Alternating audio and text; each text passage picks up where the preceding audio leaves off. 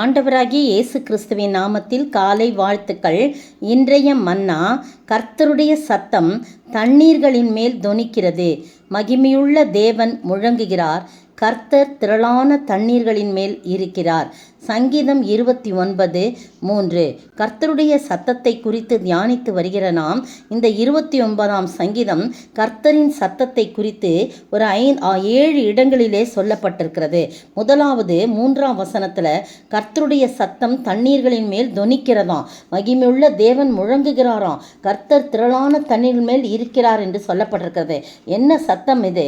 ஆதியாகமம் 1ஆம் அதிகாரம் 2-3 வசனங்களை பார்த்தீங்கன்னா, ஆவியானவர், தேவ ஆவியானவர் ஜலத்தின் மேல் அசைவாடி கொண்டிருந்தார்.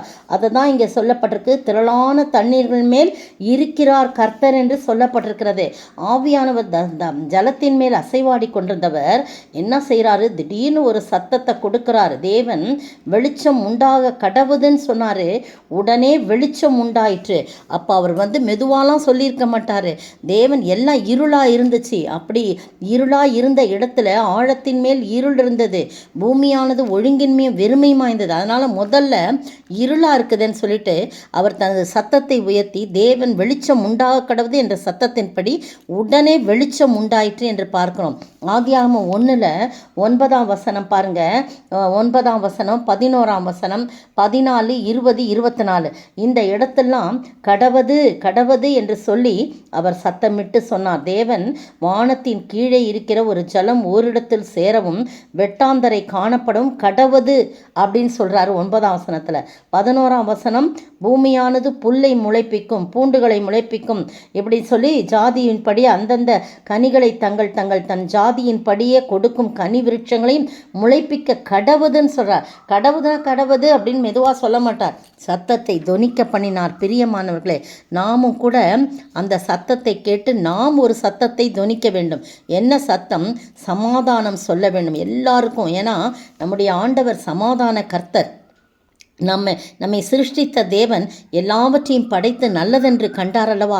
நாமும் மற்றவர்களுக்கு சத்தத்தை உயர்த்தி ஆண்டவருடைய அன்பை, ஆண்டவருடைய சமாதானத்தை குறித்து நாம் சொல்ல வேண்டும். சங்கீதம் 19 பாருங்க. 1 முதல் 4 வசனங்களில் என்ன சொல்லப்பட்டிருக்குன்னா, வானங்கள் தேவனுடைய மகிமையை வெளிப்படுத்துதான். ஆகாய விரிவு அவருடைய கரங்களின் கிரியை அறிவிக்கிறது. பகலுக்கு பகல் வார்த்தைகளை பொழிகிறது. இரவுக்கு இரவு அறிவை தெரிவிக்கிறது. அவைகளுக்கு பேச்சில்லை, வார்த்தை இல்லை, அவைகள் சத்தம் கேட்கப்படுவதும் இல்லை. அவங்களுக்கு சத்தம் இருக்குமா? வானம் பேசுமா? வானம் சத்தமிடுமா? பூமி சத்தமிடும். ஆனால் 4ஆவது வசனம் பாருங்க. ஆகிலும் அவைகளின் சத்தம் பூமி எங்கும், அவைகளின் வசனங்கள் பூச்சக்கரத்து கடைசி வரைக்கும் செல்லுகிறது. அவைகளில் சூரியனுக்கு ஒரு கூடாரத்தை ஸ்தாபித்தார். பார்த்தீங்களா? ஆண்டவருடைய சத்தத்தினாலே உருவாக்கப்பட்ட வானம் தேவனுடைய மகிமையை வெளிப்படுத்துகிறது. சூரிய சந்திரன் எல்லாம் வெளிப்படுத்துகிறது. அதற்கு வாயில்லை. ஆனால் பூமி எங்கும் அதனுடைய சத்தம் பூச்சக்கரங்களில் கடைசி வரைக்கும் செல்லுகிறது என்று சொல்லப்படும். இயற்கை சத்தமிடுகிறது. ஆண்டவருடைய சத்தத்தினாலே உருவாக்கப்பட்ட இயற்கை சத்தமிடு. இன்னும் நிறைய உதாரணம் நமக்கு சொல்லிக்கிட்டே போகலாம். அக்கினியிலிருந்து அக்கினி சத்தமிடுகிறது. அப்படியாய் நம்ம நிறைய காரியம் சொல்லலாம். இந்த அருமையான வேளையிலே நீங்களும் நானும் அவரால் உருவாக்கப்பட்ட நாம் அவருடைய சத்தத்தை கேட்டு, அவருடைய வார்த்தைகளை கேட்டு, அவர் எல்லாவற்றையும் உண்டாக்கின அந்த அன்பை, அந்த கிரியைகளை பற்றி மற்றவர்களுக்கு சொல்லி ஆண்டவருடைய சத்தத்தை கவனமாய் கேட்டு நாம் மற்றவர்களை ஆண்டவருடைய அன்புக்குள் இழுத்து வர நாம் சத்தமிட வேண்டும். நாம் சமாதான வார்த்தைகளை கொடுக்க வேண்டும். நாம் மகிழ்ச்சியான வார்த்தைகளை கொடுக்க வேண்டும். அப்படி நம்முடைய சத்தத்தை உயர்த்த, ஆண்டவருடைய சத்தத்தை கேட்டு நடக்க ஆண்டவர் தாமே கிருபை செய்வாராக. ஆமேன். சூரியனே சந்திரனே தேவனை துதியுங்கள், ஒளியதனை எங்கள் உள்ளம் அளித்தோரை துதியுங்கள். அக்கினியே கல்மழையே படைத்தோரை துதியுங்கள். தம் சத்தத்தால் சிருஷ்டித்தார் கெம்பீரித்து துதியுங்கள். ராஜாதிராஜனாமேசுராஜன் பூமியில் ஆட்சி செய்வார். அல்லேலூயா அல்லேலூயா தேவனை துதியுங்கள். துதியுங்கள். ஸ்தோத்திரிக்கிற ஆண்டவரே, துதிக்கிற ராஜா, என் ஆண்டவர் எத்தனை அழகாய் உம்முடைய சத்தத்தினாலே ஜலத்தின் மேல் அசைவாடி கொண்டிருந்த நீர் ஆண்டவரே, உம்முடைய சத்தத்தினாலே ஆண்டவரே சகலத்தையும் படைத்தீர் ஆண்டவரே.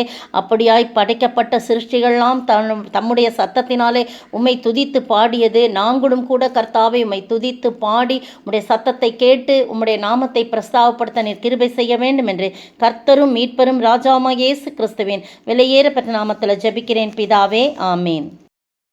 நேற்றைய பதில்: பூரண அன்பு பயத்தை புறம்பே தள்ளும். 1 யோவான் 4 அதிகாரம் வசனம் 18.